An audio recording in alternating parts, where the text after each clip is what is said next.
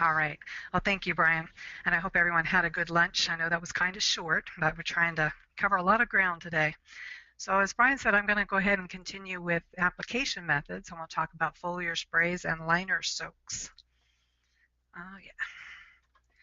Right, let's start with foliar sprays. Foliar sprays are probably the most often used application method for plant growth regulators.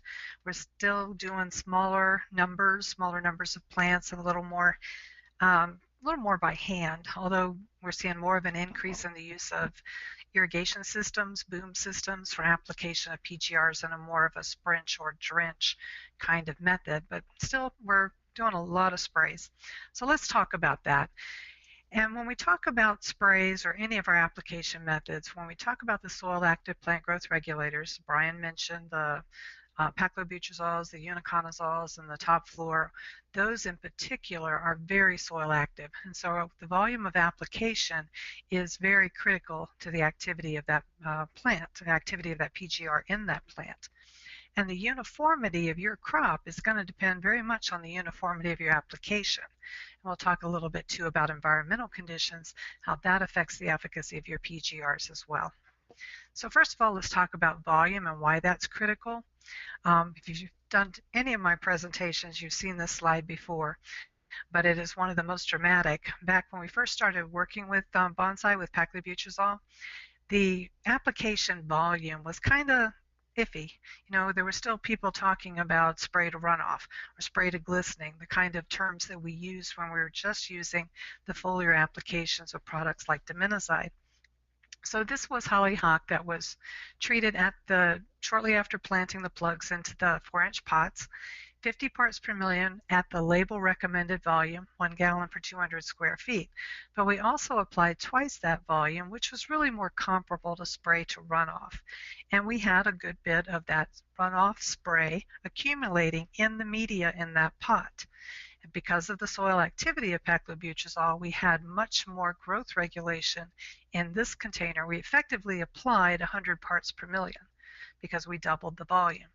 But we had even more than twice the growth regulation because of the high activity of that material in the root zone. So soil active materials are very quickly taken up by the plant from the roots, and you have to take into account the volume of your application. I visited a grower who was very pleased with the response that he got to 10 parts per million Sumagic on his hydrangeas. And he pulled out these two plants, and I said, wow, yeah, you got a lot of response. And he goes, no, no, no. These were both treated with 10 parts per million Sumagic. And my comment was, well, we need to talk about your application methods because they're definitely not uniform. You need to pay a lot of attention to making your spray applications evenly to an area, not to the plants. When we were doing foliar sprays of foliar materials, we would go plant to plant, making sure we got good coverage on individual plants. You can't do that with a soil active material. You need to use a constant volume over the area. And that also means you need to monitor your equipment to make sure that you're also getting a uniform output from that equipment. So a lot of growers have countered that by using multiple applications. We see this particularly in the north. It reduces the risk of overdose because you start with a lower rate, a lower part per million than you would expect to need, but you can adapt to variable growing conditions or a delay in the market or an early market if you have a little more control. It basically gives the grower more control. And you'll hear people talk about watering in, and this is making multiple applications of very low rates, typically through the irrigation system. And this is the ultimate in growth control through multiple applications, and it really is an art. There's very little science behind that one. That takes art and experience. But let me give you a few examples of using multiple applications. This is Echinacea ruby star, and the recommended rate that I found on charts in some of our previous work was 45 parts per million as a single application. So we took half that rate, made that application alone, or we made that application twice at 2-week intervals. And you can see that the single application of 22 parts per million probably was not sufficient growth regulation, whereas the two applications you have the additional tool of time. We did these at 2-week intervals. As a grower, you might look at that and say, no, it needs to be done at 10 days, 15 days, 20 days, 3 weeks. You have the control that we don't have if you're making a single application. A couple of other examples, again with sedum, autumn joy, the rate application recommended was 45 parts per million, but look what we got with half that rate. Excellent plant, excellent control, and excellent fill, whereas the 45 parts per million or 2 applications of 22 parts per million was a significant overdose. Top floor, similar results. The 75 parts per million gave us good control, not really enough with the 1 application of 37 parts per million. 2 applications, the timing probably needed to be different. But again, that's where your grower control comes in with multiple applications. This is an example with Monarda, Sumagic, 30 parts per million was a recommended rate. Half that, didn't touch it. 2 applications gave us good control. And what we find with a lot of our plant growth regulators, Brian mentioned that we get a lot of linear growth regulation with our perennials.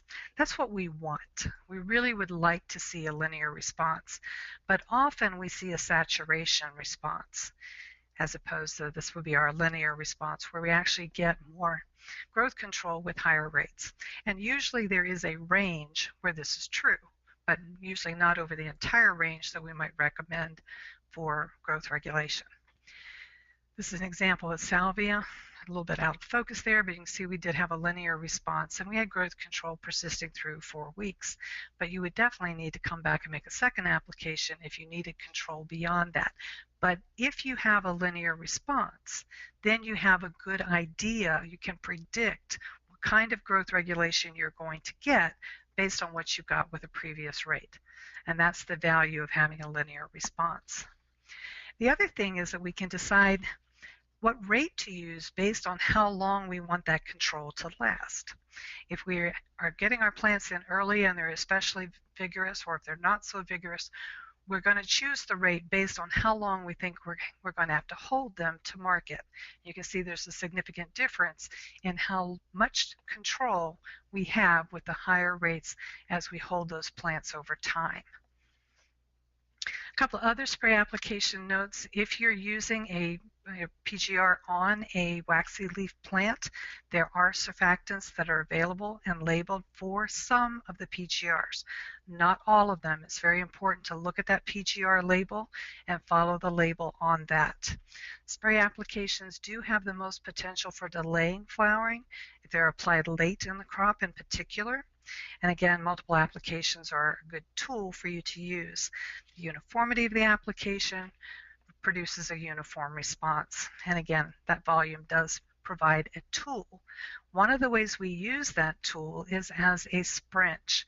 A sprinch is effectively a high volume spray, kind of a hybrid between your spray and your drench. Again, you're going to use this with soil active materials, so you actually get some of that extra material down into the root zone.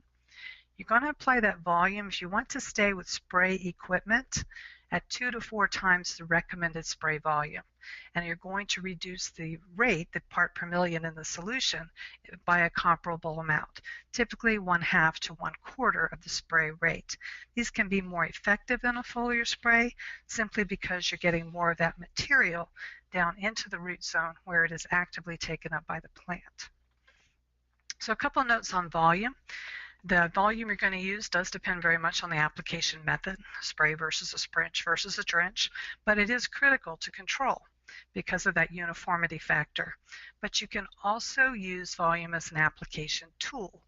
That is to say that you can increase the volume when you want to increase the dosage. For example, there are growers that will spray pansies with 15 parts per million Sumagic, but there are some cultivars that need additional control. They can simply come back with the same spray tank of 15 parts per million, treat those again, and they've effectively increased the dose to 30 parts per million. So again, you can use that. Remember that the increased volume increases the availability of the material in the root zone, where most of these PGRs are more actively taken up than they are with foliar sprays. So keep in mind you can increase the activity there. So let's talk just a minute about environmental conditions. I'm going to talk specifically about the plant at the time of application. You definitely want what we call a happy plant. And I know that you all know what a happy plant is. It's a turgid plant grown under moderate temperature where it's thriving essentially. And the turgid unstressed plant will be the best at absorbing the plant growth regulators, any of the materials that you put on the leaf surface. So we look at time of day as it affects application, basically on how it affects the plant stress. If we reduce the plant stress, apply at a time or under conditions, cloudy conditions or such that reduce plant stress, will reduce phytotoxicity and increase the uptake of the material. Now, there was a question about day length, and I'll throw that in here because it doesn't really fit later, but we can discuss it again at the end if we want to. When we talk about day length, temperature, soil temperature, air temperature, any of those conditions and how they affect PGR efficacy, we're really talking about how they affect plant growth. And this really gets back to the art of applying plant growth regulators. Your goal is to apply a plant growth regulator to counter rapid growth in the plant. So if you're growing them under cooler conditions, under drier conditions, under lower light conditions, those are all going to affect the amount of plant growth regulator you need. And so it's the same day length. If you're using day length to push that plant to bulk up the vegetative growth, you're going to need more PGR than if you're in the flowering stage. So you have to look at the plant growth and how you're pushing the plant or holding it back and use the PGR to complement that, as opposed to there's no set rule on that. You have to make it fit with the art of growth regulation.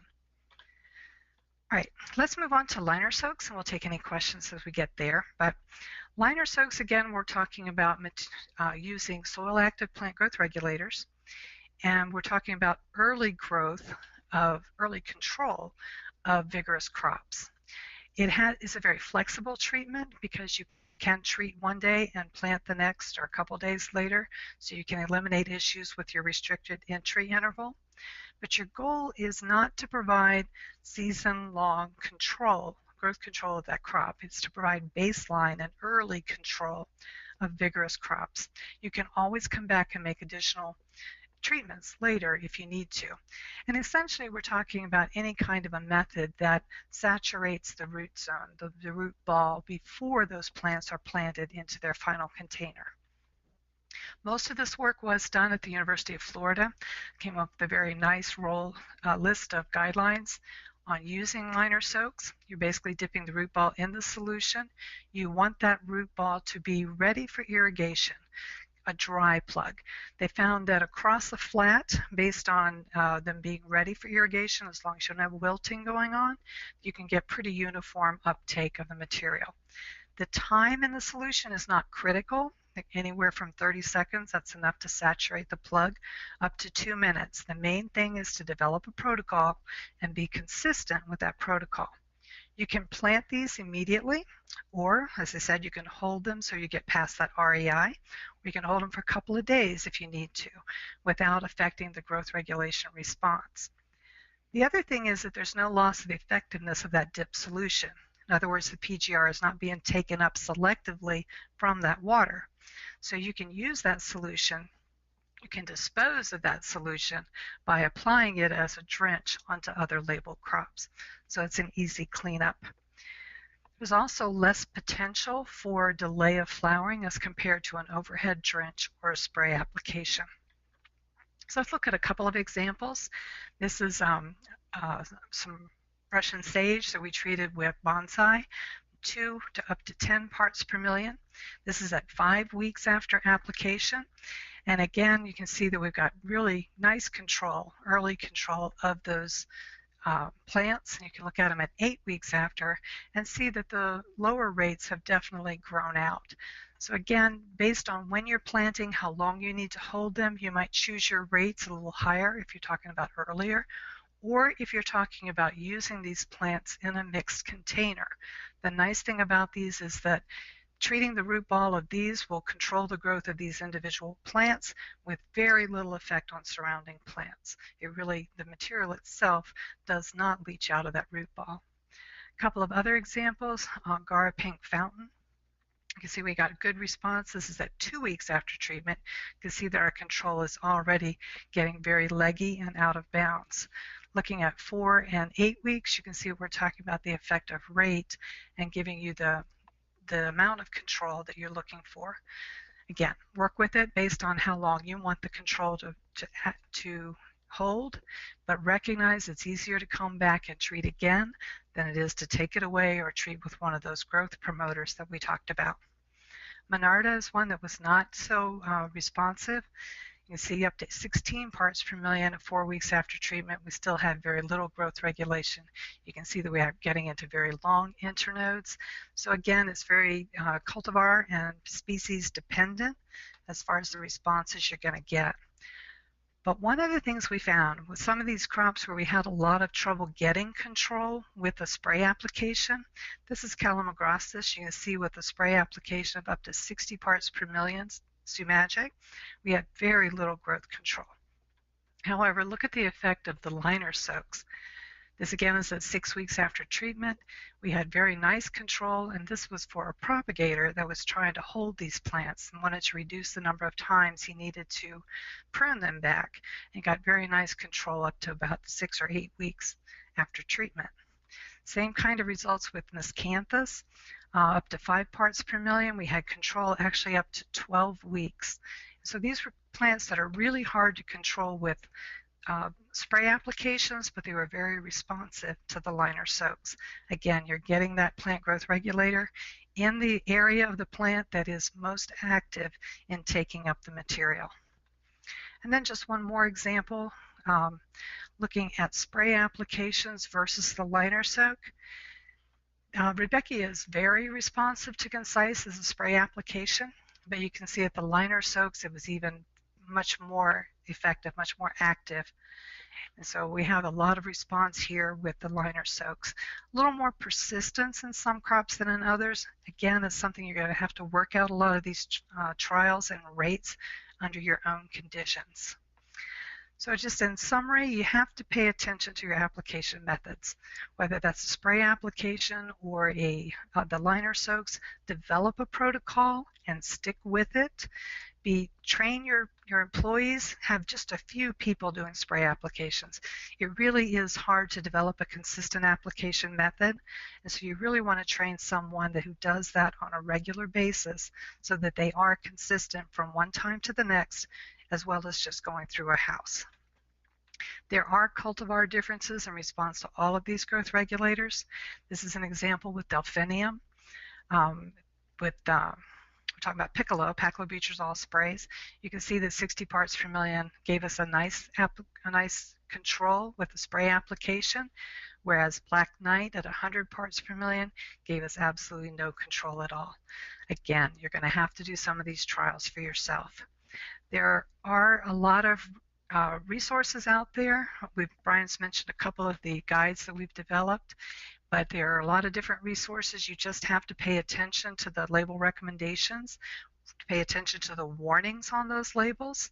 And as Brian mentioned, and I want to reinforce, especially with the perennials, there seem to be a lot of variation in the effects from different areas of the country. So you need to ask, and a couple people already have, where do those rates come from? Higher rates are used in the south. In the north, we're going to use 1/2 to 1/4 the rates that are used in the south. So you really need to know where those rates come from. The Fine Americas guides that Brian mentioned, you may have gotten the new one in the Grower Talks, but as Brian mentioned, they are also on our e-GRO website, and you can download those as well. So I think I'm ready for any questions, Brian. Okay, Joyce. So far, you must have just done a fantastic job explaining everything, because nobody has typed in any questions yet. So if any of you do have questions, please get those typed into the chat box here in the next minute or two. I just talked so fast I couldn't keep up. we do have some time here for questions.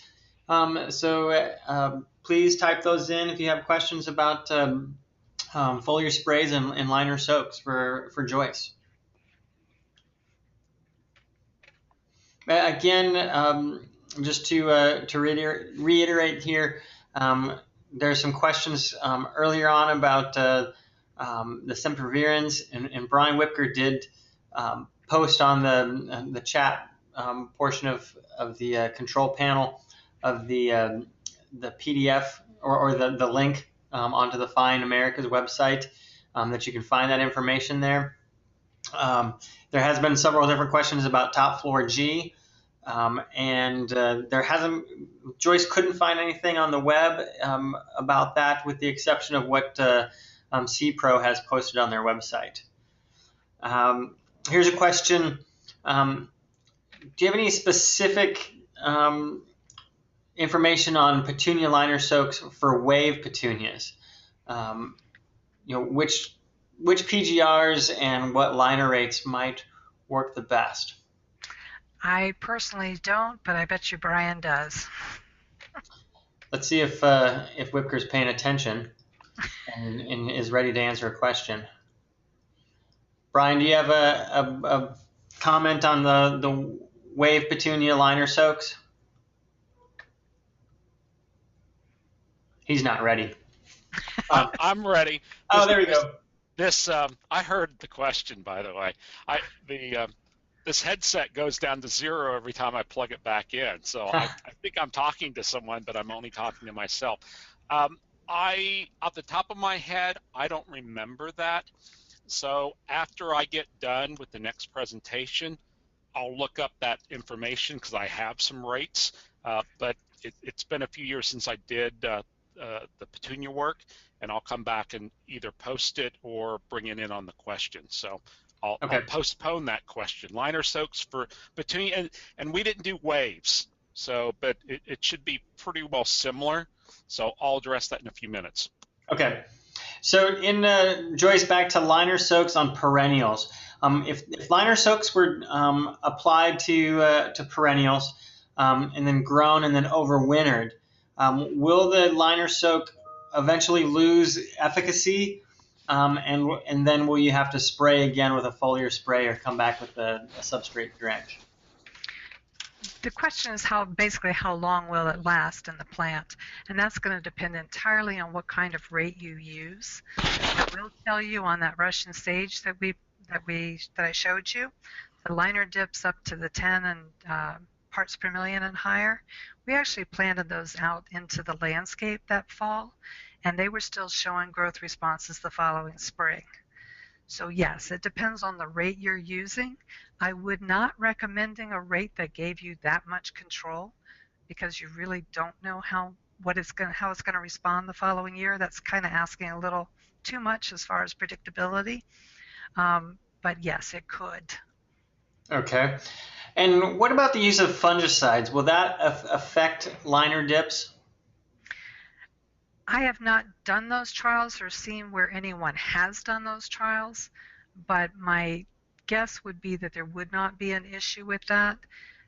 Do recognize that you're dipping multiple plants in the same solution.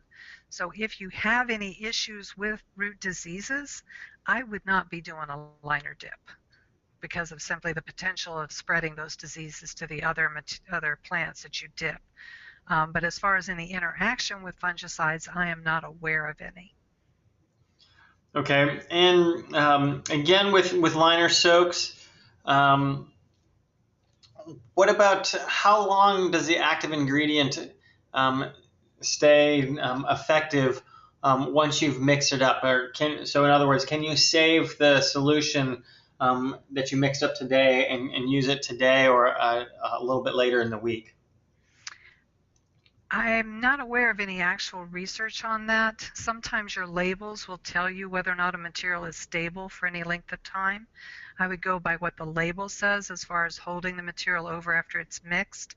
Recognize that you are introducing contaminants into this dip solution, so I would not expect it to hold as long as a clean sprayer of, PGR solution.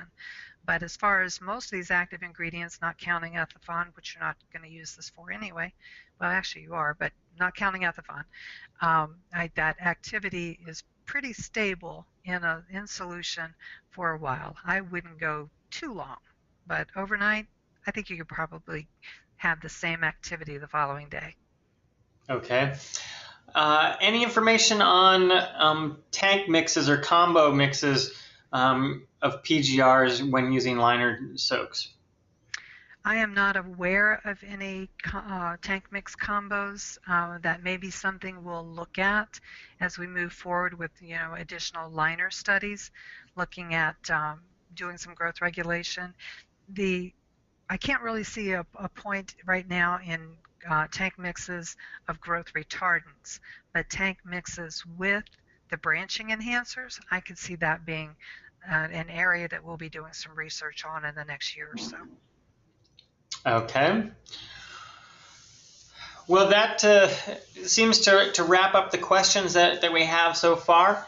We'll take a short 4 to 5 minute break, and then we'll come back with Brian Whipker talking about more application methods of plant growth regulators, focusing on substrate drenches and bulb soaks. Thank you, Joyce. You're welcome.